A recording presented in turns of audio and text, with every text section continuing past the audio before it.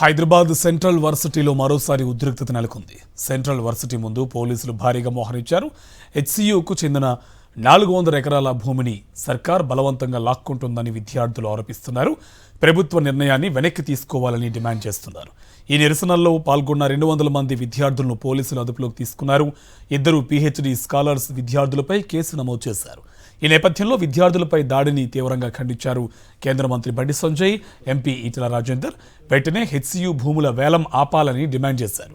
అయితే 400 ఎకరాల భూమి ప్రభుత్వానిదే అని, సర్వేలో 1 అంగుళం భూమి కూడా హెచ్సియుది కాదని తెలంగాణ ప్రభుత్వం తేల్చి చెప్పింది. కొందరు విద్యార్థులను తప్పుదోవ పట్టిస్తున్నారంటూ ఆరోపించింది.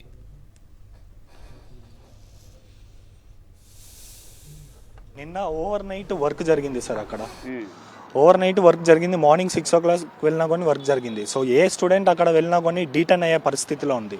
ఇప్పుడు ఏమైతే మేము చూసి వచ్చామో మోర్ దాన్ 50-60 జేసీబీస్ అక్కడ ఆన్ ఎంటర్ అయి ఉంది. ఈ జేసీబీస్ అన్ని ఆపోజిట్ సైడ్ ఎక్కడ లేక్స్ ఉన్నాయో, ఈ పికాక్ లేక్ అనేది, లేకపోతే opposite side of the road హెలిప్యాడ్కి, ఆ హెలిప్యాడ్ రీజన్లో వచ్చేసి ఈ జేసీబీస్ అన్ని ఎంటర్ అయ్యారు సార్.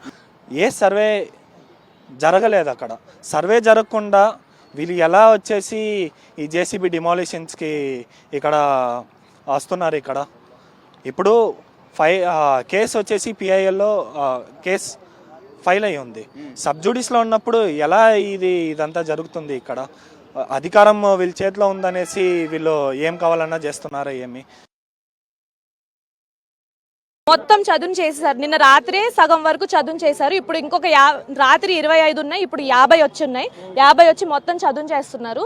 అటువైపు వెళ్ళడానికి మాకు మొత్తం పోలీసులందరూ క్యాంపులు వేసుకుని కూర్చొని ఉన్నారు. మేము అసలు అటు వెళ్ళడానికి వీలు లేకుండా మా స్టూడెంట్స్ అటు డిపార్ట్మెంట్లో వర్క్ ఉన్నా సరే పేర్లు రాసి మమ్మల్ని ఏదో ఖైదీల్లాగా టెర్రరిస్టులాగా చూసి చేస్తున్నారు. ఫోన్లో వీడియోలు తీద్దామని చెప్పి బయట సమాజానికి తెలియాలన్న ఉద్దేశంతో ఫోన్లు వీడియోలు తీస్తుంటే సేఫ్ దూరం నుంచే, మేమేమి ప్రొటెస్ట్ కూడా కాదు, జస్ట్ వీడియోలు తీస్తున్న దానికే మమ్మల్ని చాలా ఏదో లాఠీలు తీసుకొని వచ్చి తరివేసే పరిస్థితి ఉంది. అక్కడ 50 మందిని పోలీస్ స్టేషన్లో, రకరకాల పోలీస్ స్టేషన్లో పెట్టారు. మీకు ఎక్కడ పెట్టారో కూడా తెలియనంత దీనిలో పెట్టేసి ఉంచారు. సో గవర్నమెంట్ ల్యాండ్ అని చెప్పి చెట్లన్నీ కొట్టేసుకుంటా వెళ్ళిపోయి యానిమల్స్ అన్ని చంపేసుకొని వెళ్తారు. నేచర్కి చేస్తున్న చాలా వర్స్ట్ కైండ్ ఆఫ్ అటాక్ ఇది.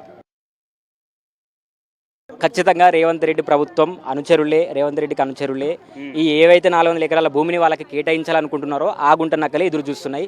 యూనివర్సిటీ భూమిని తీసుకొని నువ్వు కార్పొరేట్ డెవలప్మెంట్ కోసం, అది 1973 నుంచి ఆ యూనివర్సిటీ ల్యాండ్ అనేది కేవలం అకాడమిక్స్ అండ్ రీసెర్చ్ పర్పస్లో మాత్రమే యూజ్ చేయాలని చెప్పేసి చెప్పారు.